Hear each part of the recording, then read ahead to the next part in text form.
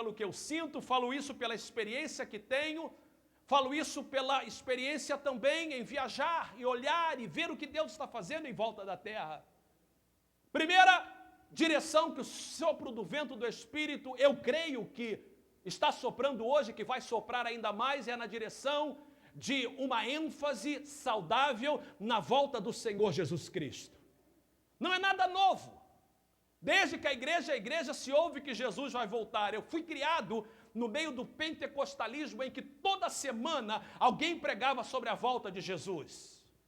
Mas outros ventos sopraram, a igreja de Deus foi levada à batalha espiritual, à prosperidade, foi levada à adoração, foi levada a várias ênfases importantes no corpo de Cristo. E os pregadores pararam de pregar sobre a volta de Jesus, os crentes pararam de lembrar que Jesus está voltando. Mas eu creio que o vento do Espírito está dizendo para nós agora, fala para a minha igreja, fala para o meu povo que eu estou perto de voltar. Eu creio que você vai ouvir no corpo de Cristo mais mensagens a respeito da volta de Jesus. Jesus disse o seguinte, vocês podem discernir se vai chover olhando para o céu. Se vocês podem discernir se vai chover olhando para o céu, vocês têm que entender os tempos e as estações. Vocês precisam de estar apercebidos. Olhai para a figueira. O que acontece no Iraque, no Irã, antiga Mesopotâmia, antiga Babilônia, Assíria e Pérsia, mostra-nos que Jesus está perto de voltar. Se você está acompanhando o que está acontecendo na República da Geórgia, quando a Rússia invadiu esta semana uma província na República da Geórgia, quando você ouve o que está acontecendo na Europa por causa dessa invasão, enquanto o mundo está participando de umas Olimpíadas na China, há uma grande preocupação do que vai acontecer na Europa. Abra os olhos, igreja, Jesus está voltando. Tudo nos mostra que Cristo já volta.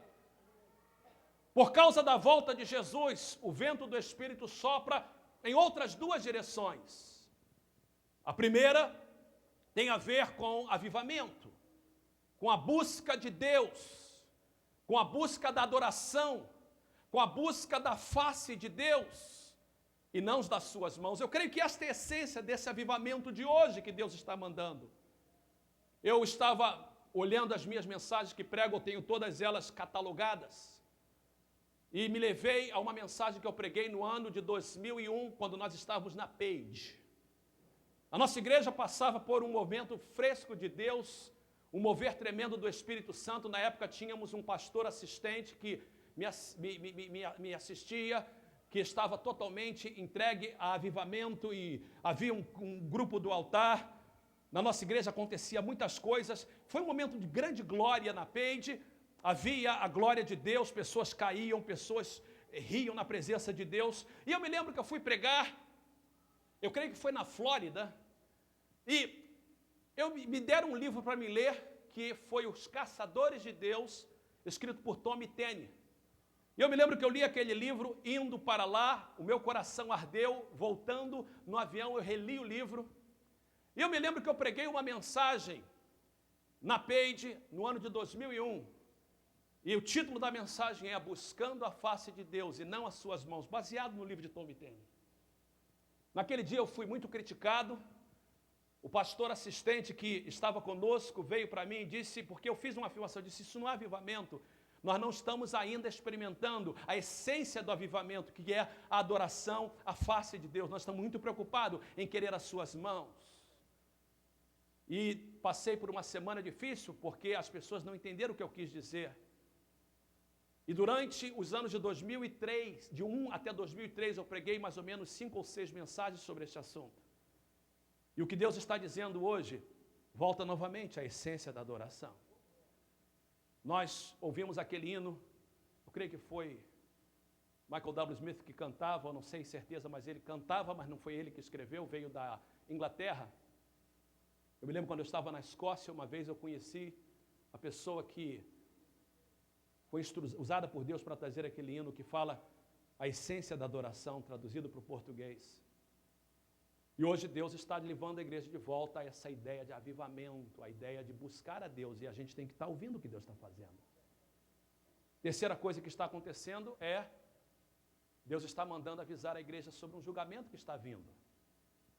Eu recebi um e-mail essa semana de alguém da igreja a respeito de uma profecia que veio da Europa, a respeito de um grande julgamento que vem sobre a Califórnia por causa do pecado da Califórnia. Líderes evangélicos fizeram uma assembleia santa em vários lugares, um deles foi aqui em São Francisco, e na sexta-feira, grupos se reuniram para orar durante 10 horas, vários membros da nossa igreja estavam presentes, eu estive lá também, orando para que Deus possa guardar a nossa vida, guardar a nossa igreja, poupar a Califórnia e poupar o mundo de um julgamento que está para vir.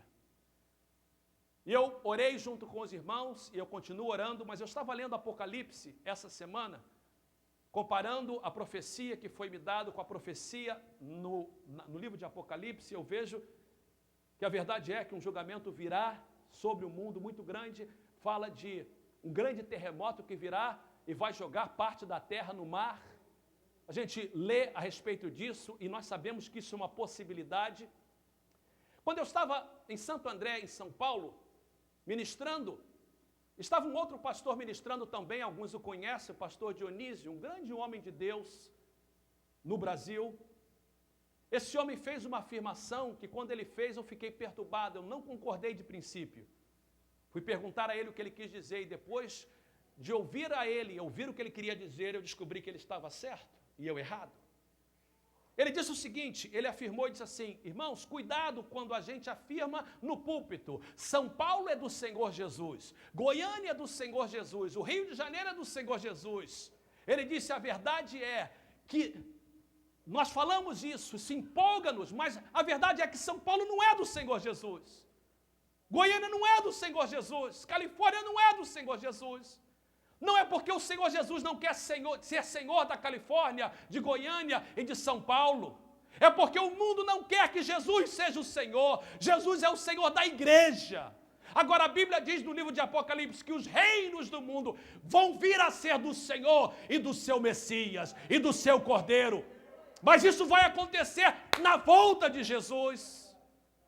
O que está acontecendo hoje é que nós estamos vivendo num mundo que não quer Deus. Eu li em Apocalipse essa semana que quando Deus estiver mandando as taças da ira de Deus, as pessoas ainda vão levantar as suas mãos e amaldiçoar a Deus. A verdade é que por mais que a gente ore, que a gente busque a Deus, e por favor entenda o que eu vou falar, eu não estou sendo incrédulo nem pessimista, eu estou proclamando o que a Bíblia diz. Pastor, então por que nós oramos? Nós oramos porque Deus, no meio do julgamento, quer levantar os seus remanescentes. No meio do julgamento, Deus quer levantar uma igreja militante. A Califórnia virá a ser do Senhor Jesus, quando Jesus voltar para reinar sobre a face da terra. Até então, Deus vai levantar uma igreja militante que vai estar orando. Eu li Apocalipse 4 com o grupo do altar. No meio do julgamento, havia um arco-íris. No meio do julgamento, havia louvor e adoração. Haverá um julgamento sobre a Califórnia, sobre os Estados Unidos. Eu creio que nós estamos em julgamento na América, porque esse país se voltou contra Deus. Mas há muito crente aqui ainda orando e buscando a Deus, para que Deus tenha misericórdia. Nos dias dos piores reis em Israel, Acabe e Jezabel, Deus levantou o maior dos seus profetas, Elias. E nos dias de maiores julgamentos, Deus levantará uma igreja forte antes da volta de Jesus. Há 3 ventos soprando, volta de Jesus, avivamento e julgamento. Nós, como líderes, não podemos estar lutando contra esses ventos que estão vindo. Eu preciso, neste momento, tirar alguns minutos para fazer algumas declarações que creio ser proféticas, se não pastorais. Eu preciso de esclarecer algumas coisas, porque o título da minha mensagem hoje é: que faremos, irmãos? Essa pergunta foi feita aos apóstolos, a Pedro. O pastor da igreja é como um gatekeeper, um porteiro. Se ele não for cuidadoso, ele pode resistir ao que Deus quer fazer. Se ele for descuidadoso, ele pode deixar entrar o que não deve acontecer. E por isso, então, é minha responsabilidade como